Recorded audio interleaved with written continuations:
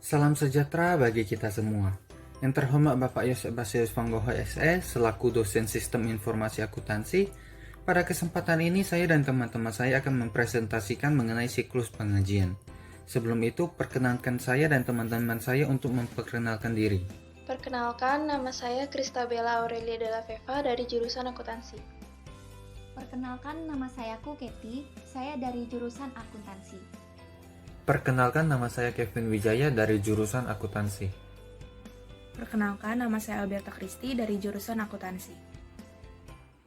Perkenalkan, nama saya Jessica Apriliani dari jurusan Akuntansi. Nama saya Dika Marbella dari jurusan Akuntansi. Perkenalkan, saya Christopher Daniel dari jurusan Akuntansi.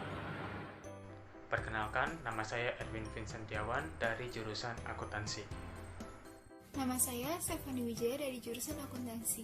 Nama saya Natasha Eugenia dari jurusan Akuntansi. Sebelum itu, kita akan masuk ke dalam pengertian. Menurut Rifai, gaji adalah balas jasa dalam bentuk uang yang diterima oleh pegawai karyawan atau pegawai sebagai konsekuensi dari statusnya sebagai seorang karyawan atau pegawai yang telah memberi kontribusi dalam mencapai suatu tujuan dalam organisasi atau perusahaan. Kemudian menurut Premni dan Steinberg yang merupakan ahli sistem informasi akuntansi, siklus pengajian adalah rangkaian aktivitas bisnis berulang dan pemrosesan data terkait yang berhubungan dengan pengelolaan pegawai di tempat kerja secara efektif. Pada saat ini saya akan menjelaskan mengenai fungsi-fungsi yang terdapat di dalam siklus penggajian. Di dalam siklus penggajian terdapat 5 fungsi. Yang pertama, fungsi kepegawaian. Fungsi ini bertanggung jawab untuk mencari karyawan baru, menyeleksi calon karyawan, memutuskan penempatan karyawan baru, membuat surat keputusan tarif gaji dan upah, kenaikan pangkat dan golongan gaji, mutasi karyawan, serta pemberhentian karyawan. Contoh, Departemen Personalia. 2. Fungsi pencatat waktu. Fungsi ini bertanggung jawab untuk menyelenggarakan catatan waktu hadir bagi semua karyawan perusahaan. Sistem pengadaan internal yang baik mensyaratkan fungsi pencatatan waktu hadir karyawan tidak boleh dilaksanakan oleh fungsi operasi atau fungsi pembuat daftar gaji dan upah.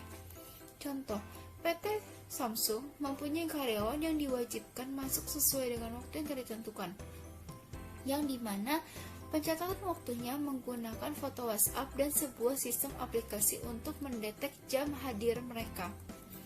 3. Fungsi pembuat daftar gaji dan upah.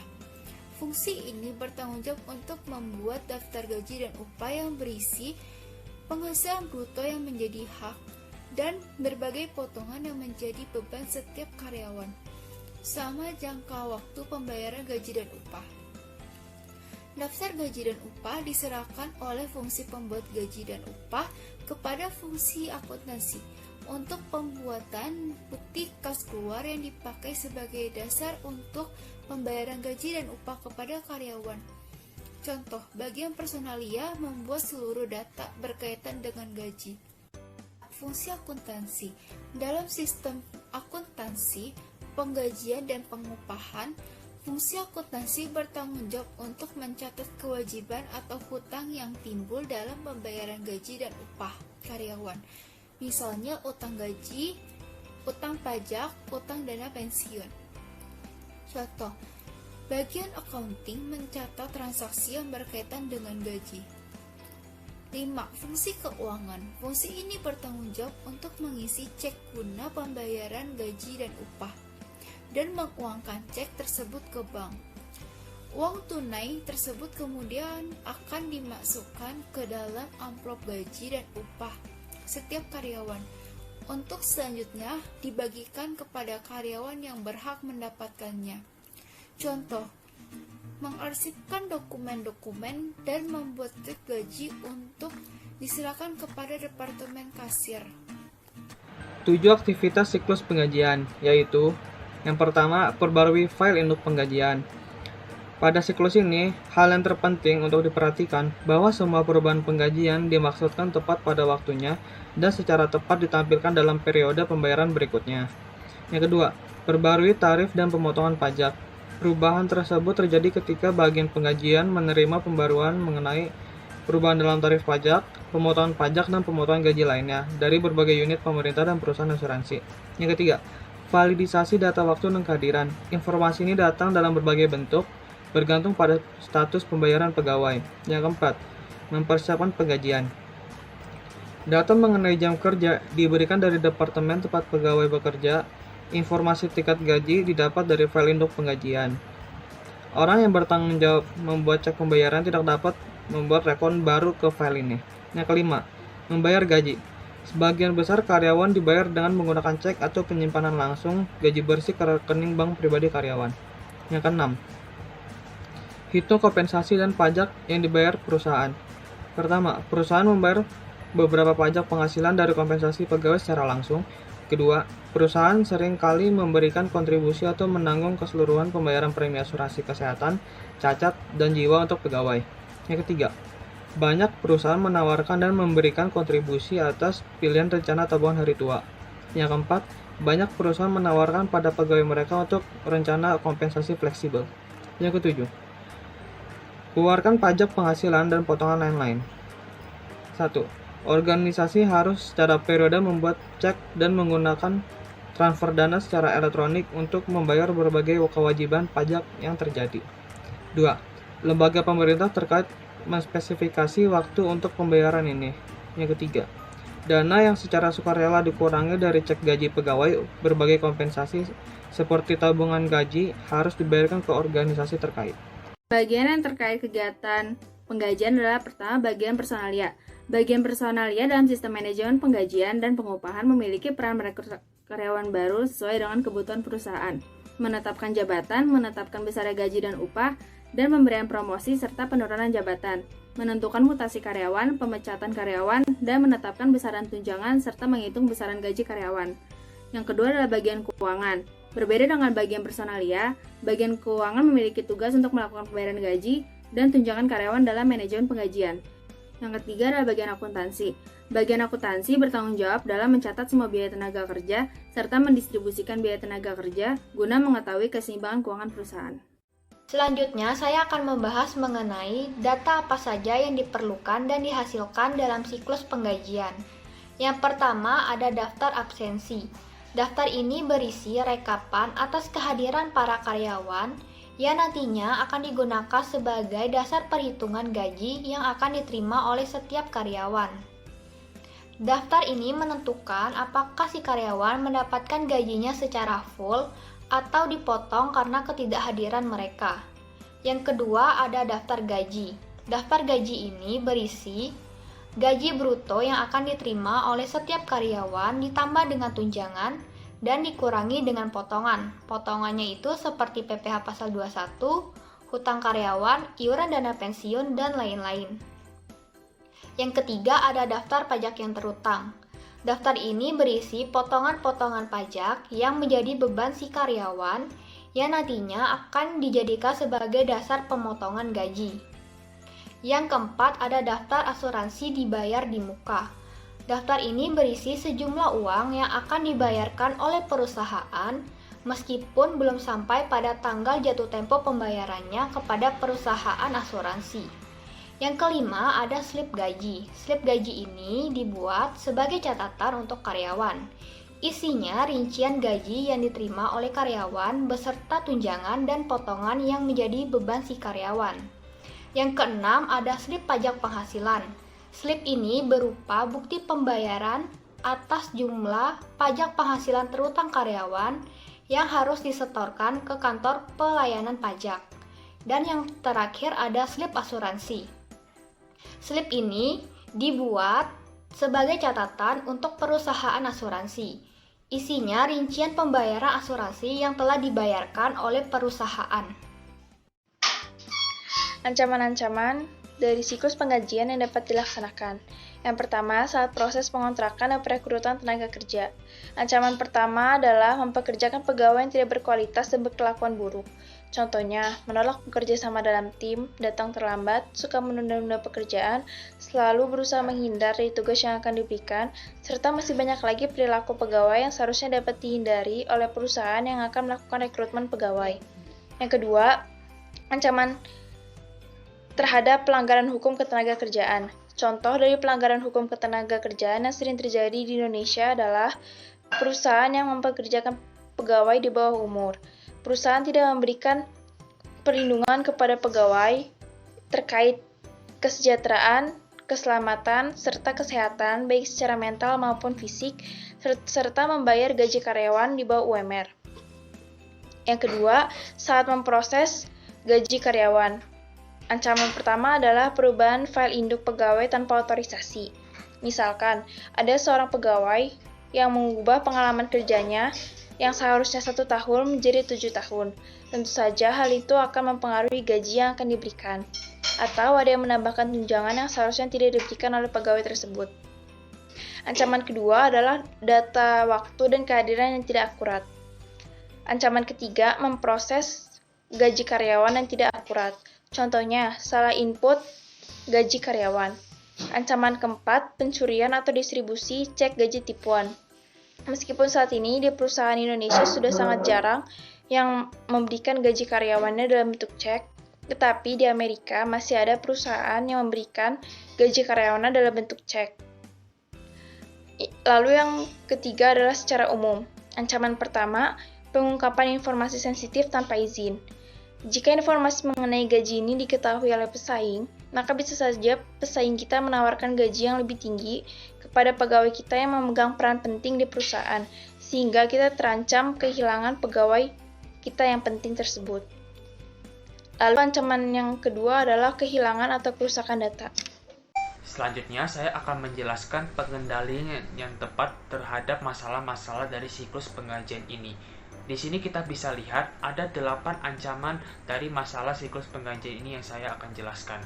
Ancaman yang pertama adalah mempekerjakan pegawai yang tidak berkualitas atau berkelakuan buruk. Jadi, apa pengendalian yang tepat untuk ancaman pertama ini? Prosedur harus mempekerjakan yang baik, termasuk verifikasi, keahlian pelamar kerja, referensi, dan riwayat data pekerjaan. Ancaman yang kedua adalah pelanggaran hukum ketenagakerjaan. Jadi, apa pengendalian yang tepat untuk ancaman kedua ini? Kita harus melengkapi dokumen untuk prosedur atas para pegawai, lalu kita harus melatih para pegawai dalam hal hukum ketenagakerjaan agar mereka bisa jujur dalam pekerjaannya dan tidak terjadi kecurangan. Ancaman yang ketiga adalah perubahan file induk penggajian tanpa otorisasi. Pengendalian tepat untuk ancaman yang ketiga ini adalah kita bisa dapat melakukan pemisahan tugas. Pemisahan tugasnya bisa seperti merekap data STM dengan penggajian dan distribusi cek gaji, pengendalian akses, dan tinjauan atas semua perubahan. Ancaman yang keempat adalah data waktu yang tidak akurat. Pengendalian yang tepat untuk ancaman yang keempat ini adalah kita bisa dapat melakukan pengumpulan data dari berbagai pemeriksaan edit, rekonsiliasi data kartu waktu dengan data kartu waktu kerja, dan setiap bulan kita harus membackup data agar tidak terjadi kehilangan data. Ancaman yang kelima adalah pemrosesan penggajian yang tidak akurat. Pengendalian yang tepat untuk ancaman yang kelima ini adalah kita bisa dapat melakukan total batch, melakukan pengendalian aplikasi lainnya, dan melakukan rekening clearing penggajian dan tinjauan peraturan IRS. Dan ancaman yang ke-6 ini adalah pencurian atau distribusi cek gaji tipuan. Untuk pengendalian yang tepat di ancaman ke-6 ini adalah kita bisa dapat menyelidiki cek gaji yang tidak diklaim dan melakukan akses terbatas ke cek gaji kosong, lalu mengecek juga nomor yang tercetak dan semua perhitungan serta pencatatan periodik untuk semua cek gaji, dan melakukan rekening giro terpisah untuk penggajian yang dipelihara sebagai dana tetap, rekonsiliasi semua rekening bank penggajian oleh seseorang yang tidak terlibat dalam pemrosesan penggajian. Ancaman yang ketujuh, kehilangan atau pengungkapan data tanpa otorisasi. Jadi, apa pengendalian yang tepat untuk ancaman yang ketujuh ini? Kita harus membuat prosedur pembuat cadangan seperti rencana pemulihan dari bencana, pengendalian akses fisik dan logis, dan yang terakhir enkripsi data. Lalu ancaman yang terakhir adalah kinerja yang kurang baik. Jadi, apa pengendalian yang tepat untuk ancaman yang ke-8 ini? Kita harus melakukan pengembangan atas tinjauan periodik metrik kinerja yang tepat. Lalu yang terakhir, kita harus mengadakan setiap tahun untuk program pelatihan kinerja kerja agar setiap tahun kinerja kerja semakin berkembang dan bisa dinilai bahwa kinerja kerja ini semakin baik dan semakin berkembang. Pengendalian terhadap siklus. Sistem pengendalian internal merupakan salah satu sistem informasi akuntansi yang diterapkan oleh perusahaan dalam mencapai tujuan perusahaannya. Dalam mewujudkan sistem perusahaan yang baik dan tepat, dibutuhkannya suatu analisa dan evaluasi di mana hal tersebut diharapkan mampu mencegah penyelewengan yang dapat terjadi di dalam suatu perusahaan. Oleh karena itu, sistem pengendalian internal sangat berguna bagi manajer untuk mengambil suatu keputusan dalam menjalankan suatu usahanya. Sistem pengendalian internal di sini merupakan sistem untuk mengolah sumber daya yang ada dengan semaksimal mungkin untuk memperoleh keuntungan bagi perusahaan tersebut. Perusahaan membutuhkan karyawan untuk mencapai tujuan usahanya dengan baik. Karyawan memerlukan pekerjaan untuk memperoleh gaji yang dapat digunakan demi kelangsungan hidup karyawan tersebut.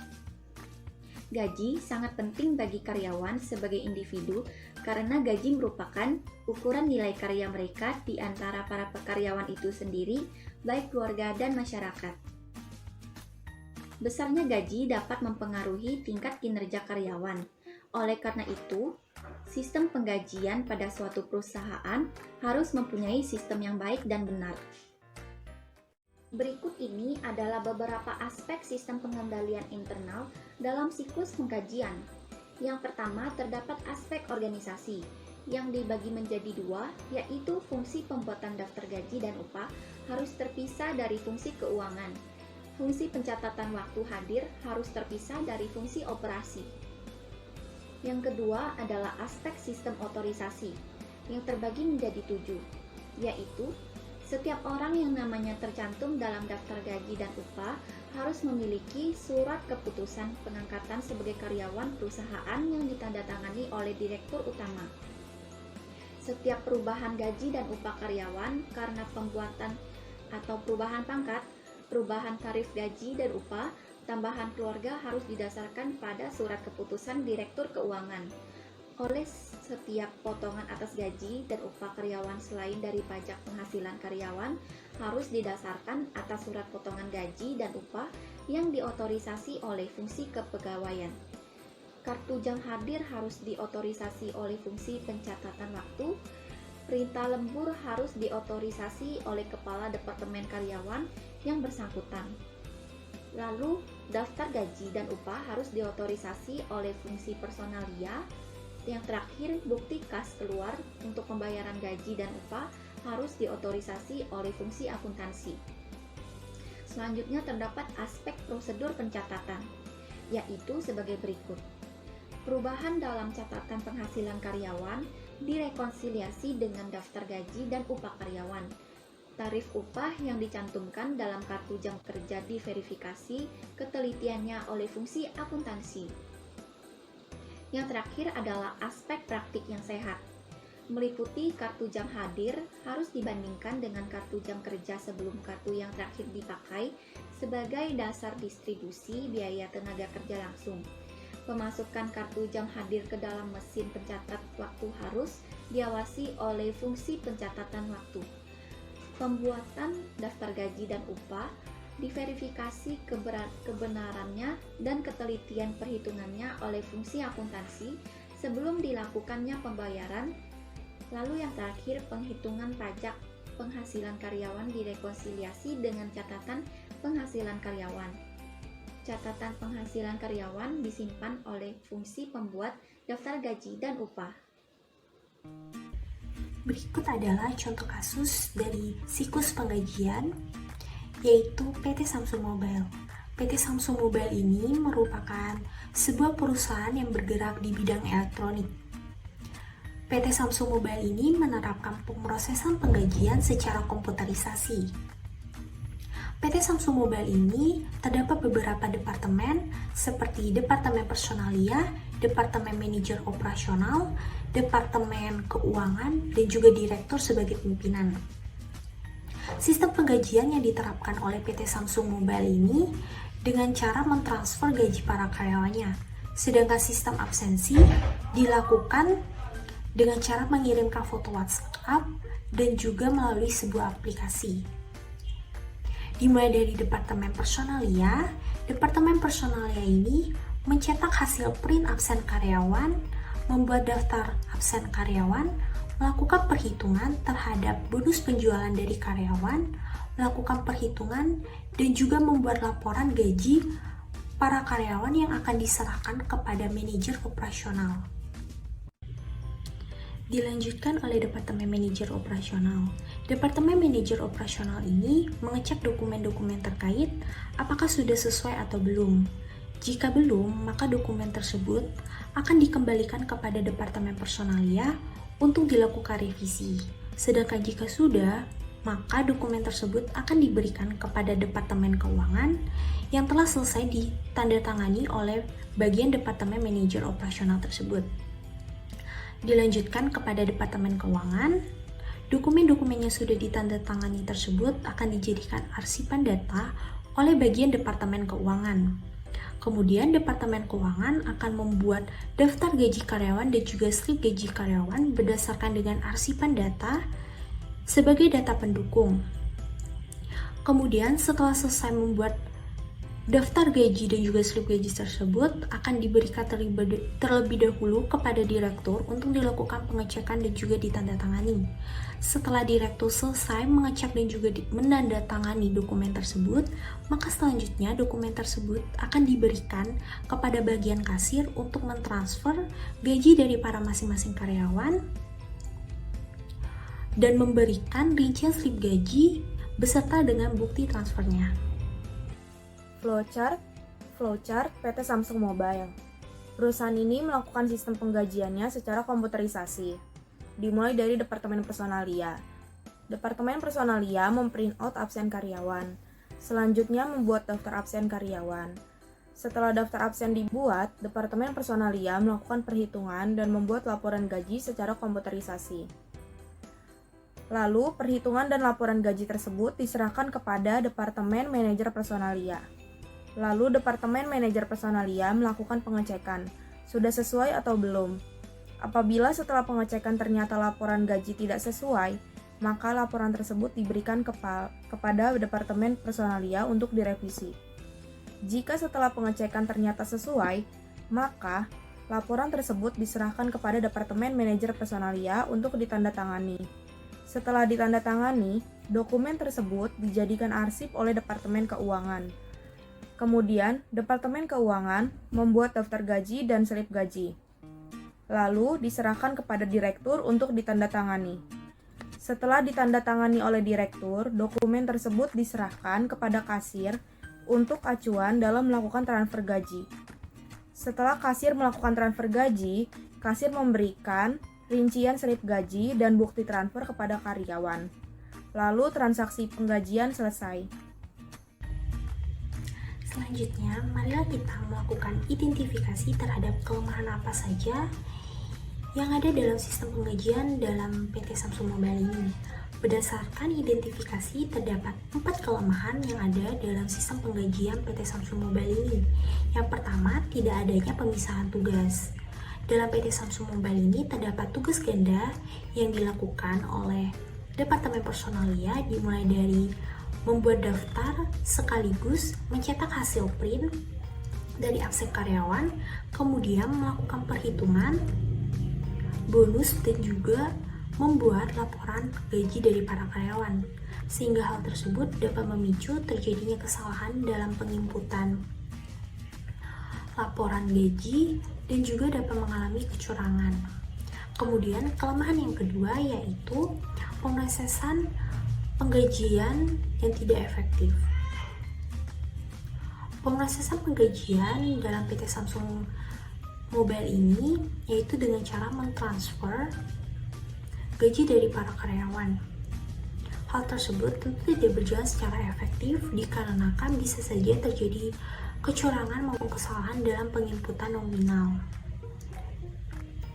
Kemudian kelemahan yang ketiga yaitu sistem absensi yang tidak berjalan secara efisien. Sistem penggajian yang dilakukan oleh PT Samsung Mobile ini dengan cara mengirimkan foto WhatsApp dan juga melalui sistem aplikasi.